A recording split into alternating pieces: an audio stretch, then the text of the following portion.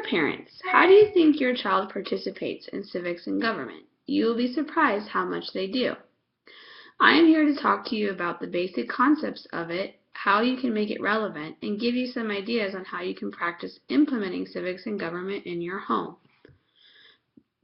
Civics and government is a subject that touches every person's life. It teaches the value of being an active citizen in the community and taking part in politics and helping to choose the leaders of local, state, and national government. It teaches how laws shape society and how they protect individuals, as well as it teaches how the rights granted by government come with responsibilities not to abuse those rights. For young children, civic ideas and practices are experienced through activities in schools, such as helping to set classroom rules, exploring experiences in relation to certain principles, conducting service projects, participating in class meetings, and considering how to balance the needs of the individual and the group.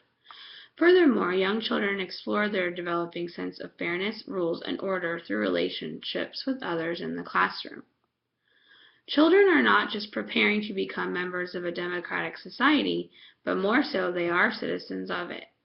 They contribute to building and raising a democratic society and receive the benefits of belonging to this society.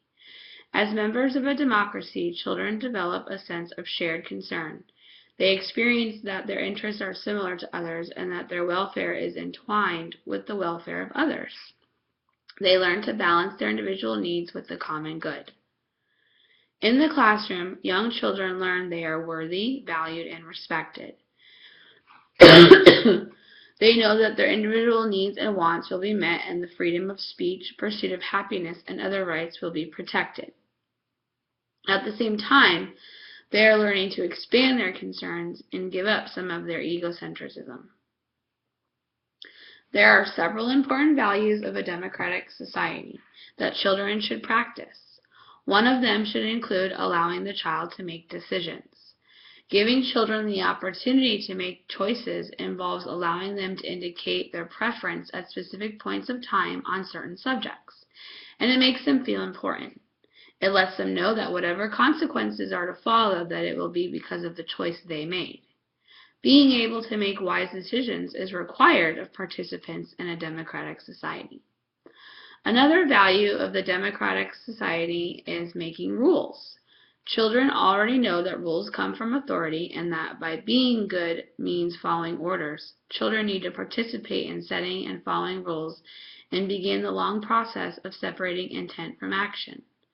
Another value of democratic society is the fact that people have the right to have opinions and express them.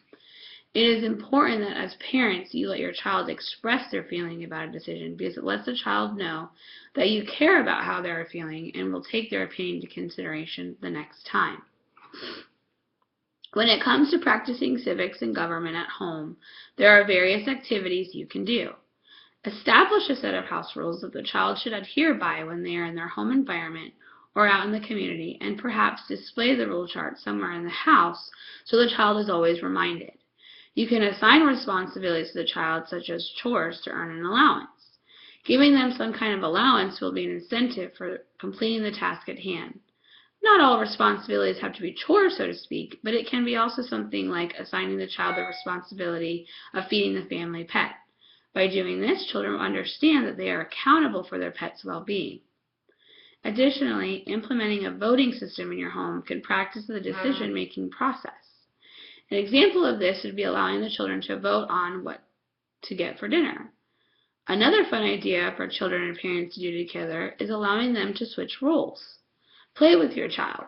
Pretend with your child and allow them to be the parent and let them make the rules for you.